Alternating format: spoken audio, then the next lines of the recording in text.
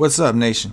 Welcome to another edition of the Wise Take MLB First Look podcast.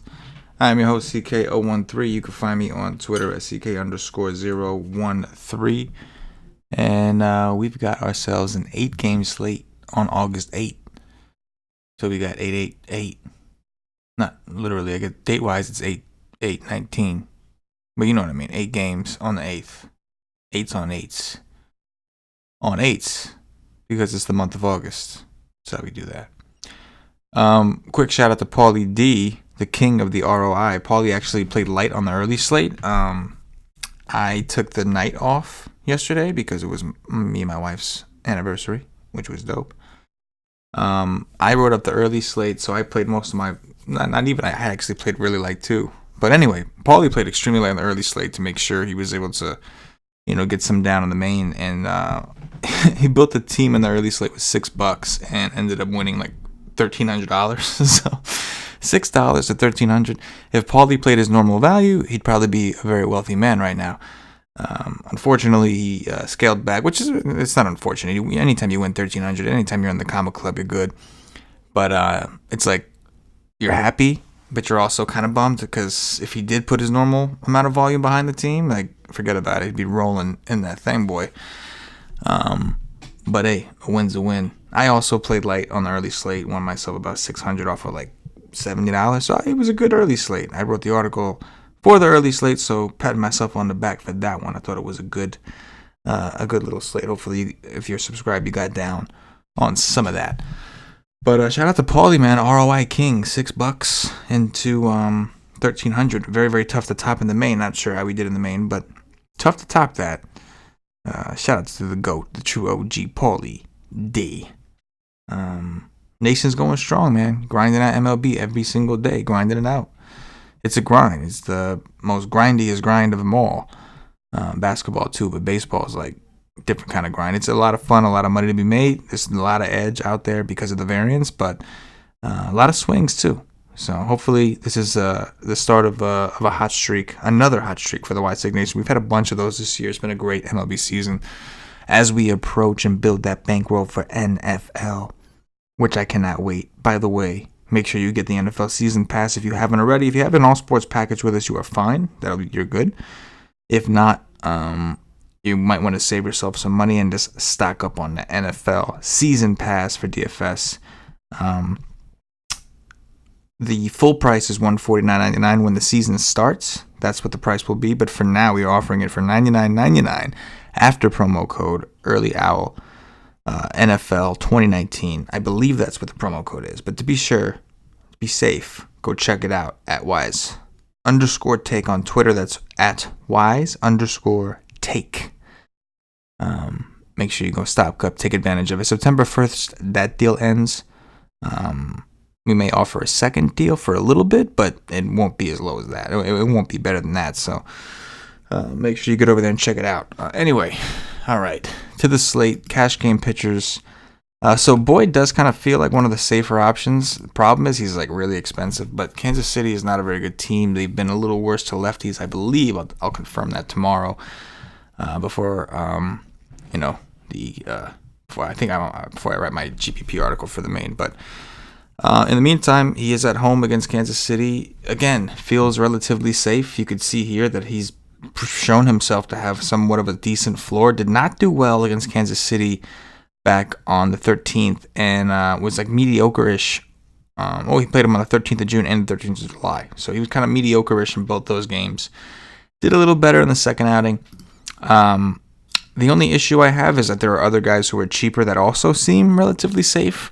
One of them being Aaron Nola at 10-6, who's cheaper. He's taken on the Giants, who've been terrible, and the strikeout rates on the Giants have definitely risen with this new squad they put together.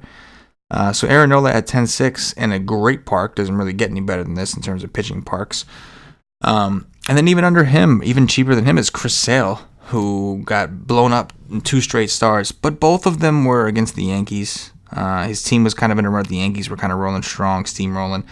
Prior to that, he had been on a tear. Struck out 10 Rays in 6 innings, 12 Blue Jays in 6 innings. Granted, the Angels aren't known as a high strikeout team, but depending on the lineup they put out, they've been very strikeout prone lately.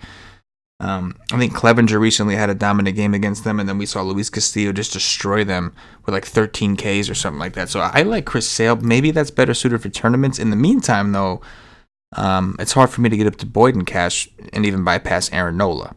Not to mention, it's also a National League game, so he gets the pitcher while Boyd gets a ninth hitter. So for this example, we'll use Nola again. I personally like Sale, but maybe we can reserve that for tournaments, being that he's just gotten blown up twice, and Nola just seems like pretty damn safe because it's the Giants. So for now, we'll go with Nola. SP2s, we got some options, I think. John Gray's the first one that kind of stands out, coming off a bad outing against these Giants, but it wasn't Coors, and Coors has just been deadly this year for pitching. He gets the Padres, who are very strikeout heavy. He saw the Padres on June 16th. Did not go well. That game was in Coors, however. It's just kind of night and day. You can see with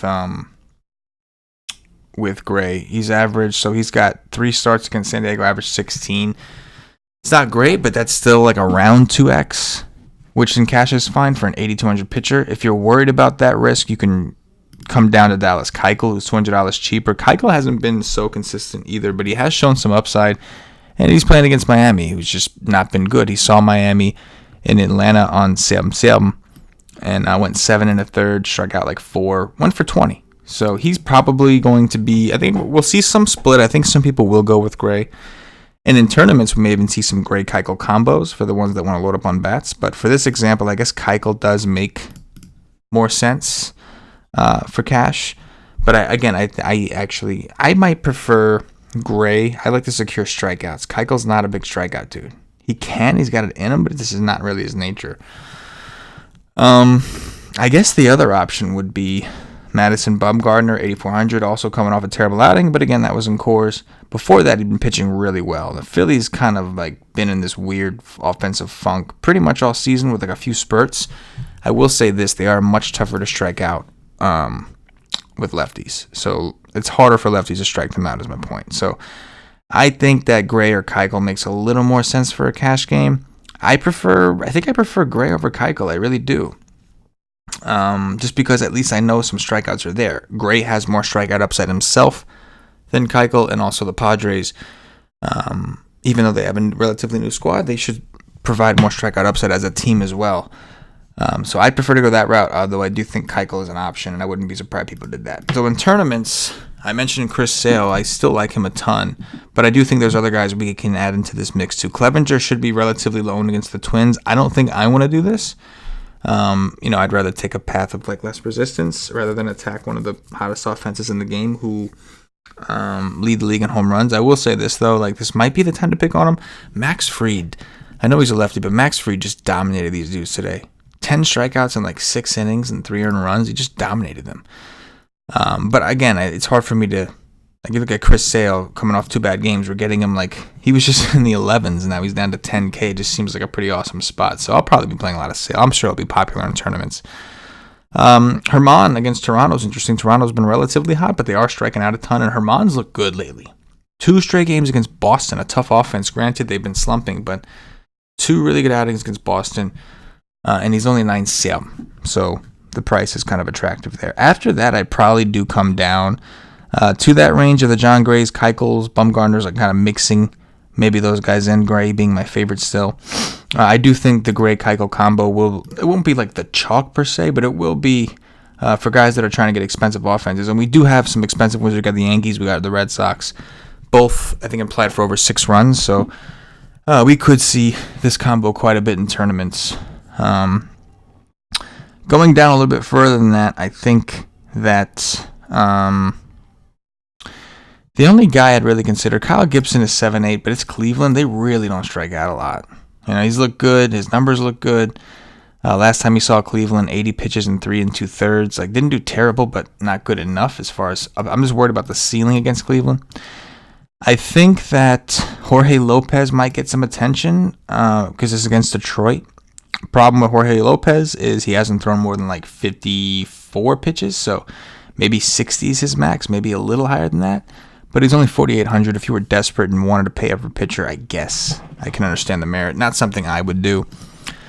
Alex Wood, also kind of interesting, had a really good game against Atlanta. Very good offense. They've been hot, and he still had a really good game. Didn't do so well, however, against Colorado the game before. But it's good to see his pitch count slowly creeping. He only gave up 2 earned runs. He just was having a hard time racking up enough Ks, I guess. But he was on pace to do okay. 80 pitches they pulled him against Atlanta, 93. These are all good signs. So I do think Alex Wood for tournaments, and the reason I say tournaments is because for me in cash, I don't really want to attack the Cubs, especially not in Cincinnati, a very good hitter's park. But in tournaments, I think Wood's in the equation. Maybe we'll dig into some of this stuff tomorrow, like Punane. He's the ultimate leverage play. Yankees are a team that I don't think too many people want to stand in front of right now, but he's the leverage play. The Yankees have been striking out a lot against lefties. They've been mashing lefties lately. Go ask Chris Sale, who they mashed twice, but they've also been striking out a lot. Even Means, they eventually got to Means today, but he had like 6 Ks through like 4 innings to start the game, and then he just had like a bad inning where he unraveled. So if you're looking for leverage, I'm sure the Yankees will be somewhat popular because they went off again, but they always go off in Baltimore. On to the bats. So the Yankees should be relatively popular, even with this like banged up lineup. You got guys like Tauchman.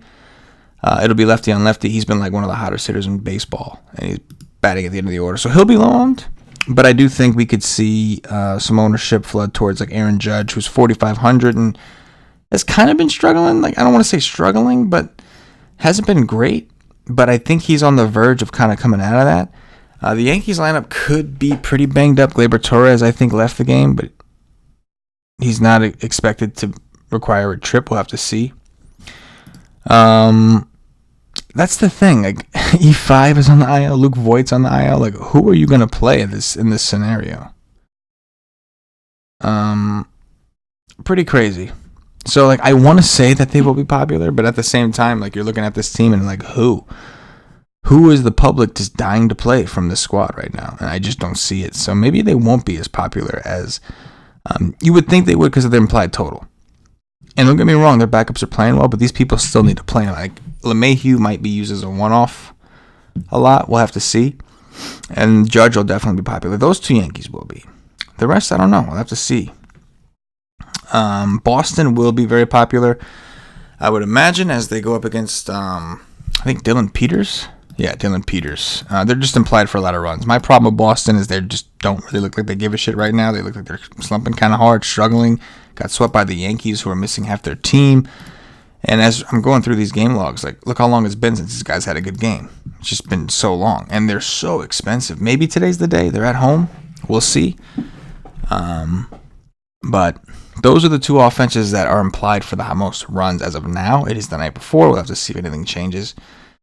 As far as like lower owned, again, the Yankees may end up being lower owned than I thought. I'll admit that, but I do think that the Twins are a team that's kind of interesting. I don't want to pick on Clevenger. He's been awesome this year, but the Twins will go very low owned because of that. And again, they lead the league in home runs. Anytime you can get the team that leads the league in home runs at low ownership, sounds like a pretty good gig. Atlanta has been the hot team. They won me and Paulie the money today. They get Eliza Hernandez, who was looking really good, but lately hasn't looked so great. And this is just not the right time to see the Braves. Last time he saw the Braves, he went... Okay, so he's been pitching out of the bullpen. I think he's pitching out of the bullpen lately. That's not cool. But the Braves are definitely, in play. As you can see here, we have a lot of these pitching names, so I think the offenses are going to be a little harder to focus on. That's why I think the Red Sox will be popular so much, and maybe even the Yankees, depending on how bad the lineup actually looks, because there's a lot of decent pitchers on the slate, and just guys aren't going to want to attack. So, like, there are guys you may not want to pitch. Like, maybe people don't want to play Bumgarner against the Phillies, but they don't want to pick on him either. Maybe people don't want to play Cole Hamels against the Reds, but they don't really want to pick on him either. There's a lot of that. Even Eric Lauer. Maybe people don't want to pitch Eric Lauer, but they may not want to pick on him either with Colorado on the road in San Diego. So there's a lot of that for sure. So we'll have to kind of see how the slates work. That's what happens when you have all these pitching. This is like a deep pitching slate, but because of that, it makes the bats look a little inferior. So you may have to do something because everybody's going to go after the weak pitchers, right? We're going to see Yankee stacks against Pannone, maybe some Detroit against Jorge, maybe Atlanta against Eliza, and Boston against Peters. So either you take it a step further and go up to like Colorado against Eric Lauer, or you're going to have to pick like whichever one of these like decent name pitchers that you think is the weakest and just go after him. Maybe one of these guys becomes extra chalk for no damn reason and we go after them. Or maybe you pick an offense that is going up against a team that has a terrible bullpen. You know, Detroit would be an example. Maybe you take Kansas City hoping that they kind of just get Boyd's pitch count up and then the bullpen comes in and then they go nuts, right? Maybe you take the Indians against Kyle Gibson because Minnesota's bullpen's terrible, so if they can get Gibson out of the game, you know, you get upside that way. But that's I think that's how we're going to have to approach it. I think that's what's going to end up winning tournaments tomorrow is finding which one of these pitchers, because the good thing is when all the ownership is concentrated on a couple teams, then you have just so much like low and leverage just lying around everywhere. So the problem with that though is it's not like a clear-cut thing. You got to weigh your options, narrow things down, figure out what's going to be chalky, and maybe leverage against that. But that kind of looks like where we're at the moment. All right, that's going to do it for the quick slate breakdown. Those are my initial thoughts. We'll do some top threes. I already did the plug, so check us out, whiteslate.com. You know the drill. I'm writing the GPP article. We got Paulie and Joe on the Y stream tomorrow. Or I think Paulie and Stevie again on the Y stream tomorrow. Actually, it's Thursday, so make sure you come rock with us. Let's see here. We've got top three pitchers. I'm going to go with Chris Sale, number 1. Aaron Nola, number 2. And I'll go with John Gray, number 3. Top three stacks. I'll throw Boston as like the chalk obvious stack. Don't know how much Boston actually play. Typically try not to play too much chalk.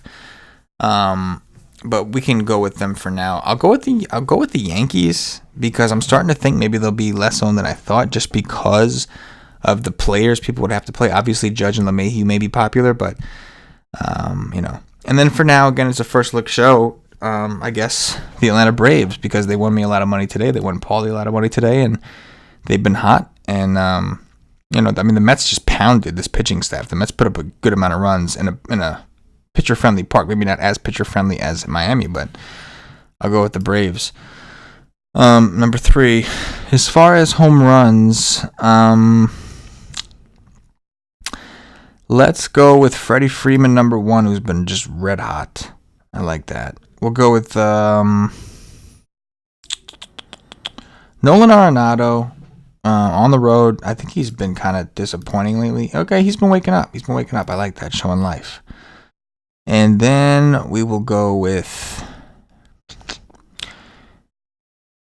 I guess we'll go with DJ LeMahieu. Right? Freeman, LeMahieu, Arenado. They're expensive, so you might have to space that out and mix with value. But realistically, I'd probably play these guys with stacks or something. Arenado I could play as a one-off. Freeman I could play. I guess that's not true. You could play him as one-offs too.